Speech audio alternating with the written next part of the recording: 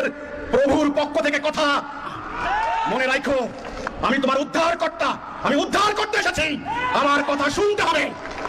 হোসাইন মোহাম্মদ সেলিম সে আকারে বা ইঙ্গিতে যেভাবেই বলুক না কেন, কিন্তু তার এই কথার দ্বারা উদ্দেশ্য কিন্তু যারা অন্তত পক্ষে যাদের জ্ঞান আছে তারা কিন্তু বিষয়টা বুঝতে পেরেছে। সে ইঙ্গিতে বলতে চাইতেছে যে সেও বর্তমানে একজন নবী বা হাদী পথ প্রদর্শক।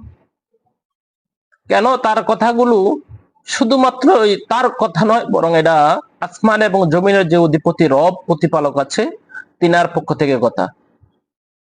কোরআনের যে একটি আয়াত আছে যে আল্লাহ তাআলার নবী সাল্লাল্লাহু আলাইহি ওয়াসাল্লাম তিনি বলেছেন যে আমি কোনো কিছুই বলি না ইল্লা মা ইউহা, তবে যা আমার প্রতি ওহী প্রেরণ করা হয় তাই আমি বলি।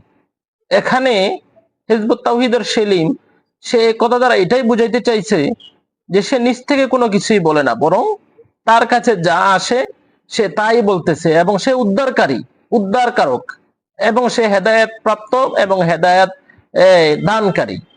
এই সমস্ত জিনিসগুলো সে ইঙ্গিতে বলতে চাইতেছে। এর দ্বারা উদ্দেশ্য কি? অর্থাৎ সে নিজেকে নবী দাবি করার পায়তারা করতেছে না। যে লোকটার মাঝে সুন্নত নাই, কোনো কিছুই নাই, সে আবার হাদী হয় কিভাবে? যেই লোকটার মাঝে ইসলামের কোনো বেশভূষাই নাই, সে আবার উদ্ধারকারী হবে কিভাবে? মাআযাল্লাহ, আল্লাহ তাআলার কাছে পানা চাই মুসলমানদেরকে